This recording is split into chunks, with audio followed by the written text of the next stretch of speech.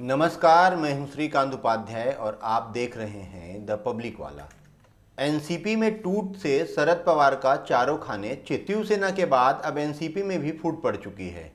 NCP के नेता और पार्टी के अध्यक्ष शरद पवार के भतीजे अजीत पवार ने भाजपा की अगुवाई वाले गठबंधन यानी एनडीए का दामन थाम लिया है।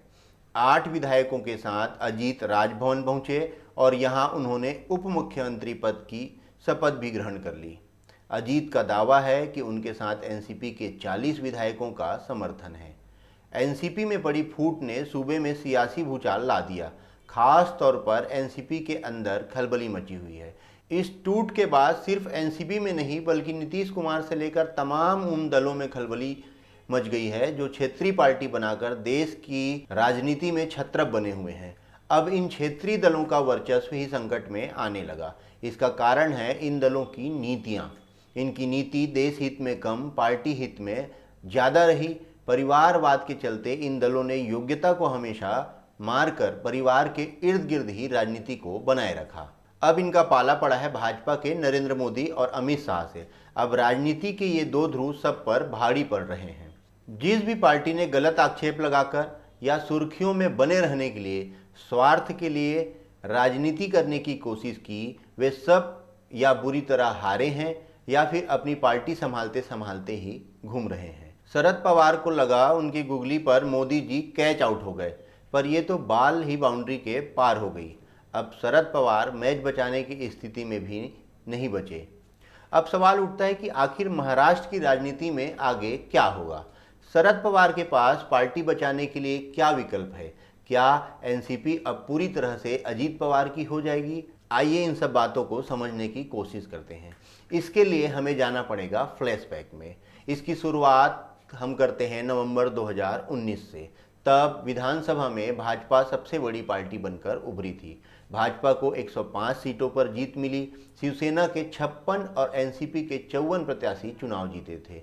कांग्रेस को 44 सीटों पर जीत मिली थी। भाजपा के साथ चुनाव लड़ने वाली शिवसेना ने मुख्यमंत्री के मुद्दे पर गठबंधन तोड़ लिया।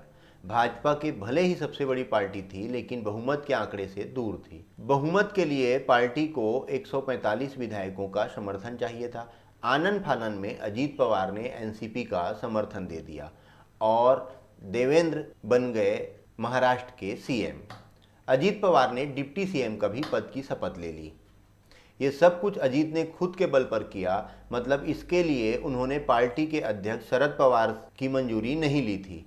कुल मिलाकर ये एक तरह से बगावत थी। इसका असर हुआ कि 5 दिन के अंदर ही एनसीपी ने अपना समर्थन वापस ले लिया। अजीत चाहते हुए भी भाजपा के साथ नहीं जा पाए। देवेंद्र फडणवीस की सरकार गिर गई। उधर एनसीपी, शिवसेना और कांग्रेस ने मिलकर सरकार बना ली। उद्धव ठाकरे मुख्यमंत्री बनाए गए जबकि अजीत पवार को डिप्टी सीएम का पद फिर से मिल गया। अब शिवसेना में दो फाड़ हुआ और वापस भाजपा की सरकार बनी तो अजीत गुट में हलचल तेज हो गई। कई एक्सपर्ट कहते हैं कि अजीत गुट चाहता है कि भाजपा के साथ मिलकर महाराष्ट्र में राजनीति करें, जबकि पवार ऐसा नहीं चाहते। 2 मई को शरद पवार ने अचानक अध्यक्ष पद से इस्तीफा दे दिया। 24 घंटे तक इसको लेकर खूब गहमागहमी रही। बाद में नेताओं के कहने पर शरद पवार ने अपना इस्तीफा वापस भी ले लिया। हालांकि तभी ये तय हो गया था कि शरद पवार पार्टी में कुछ बड़ा करने वाले हैं। बाद में पार्टी के 25वें स्थापना दिवस समारोह पर शरद पवार ने 2 कार्यकारी अध्यक्ष के नामों का ऐलान किया। इसमें एक बेटी सुप्रिया सुले हैं तो दूसरे पार्टी के उपाध्यक्ष प्रफुल्ल पटेल का नाम है।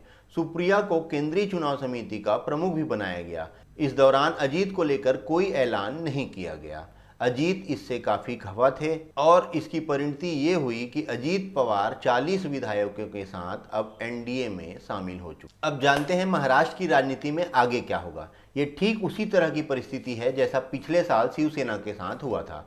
तब भी शिवसेना के ज्यादातर विधायक एकनाथ शिंदे के साथ खड़े थे और देखते ही देखते महाराष्ट्र की उद्धव ठाकरे की सरकार गिर गई। अब शिवसेना पर पूरी तरह से एकनाथ शिंदे का कब्जा हो चुका है।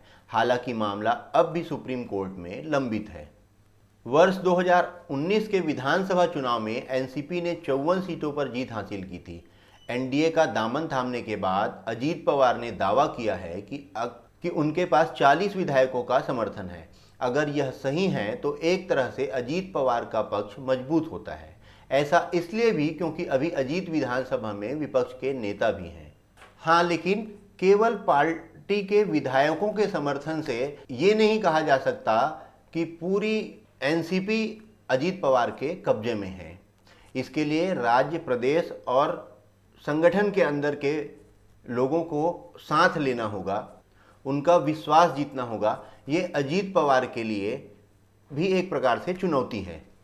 ऐसे में भले ही अभी अजीत 40 विधायकों के समर्थन के दावे के साथ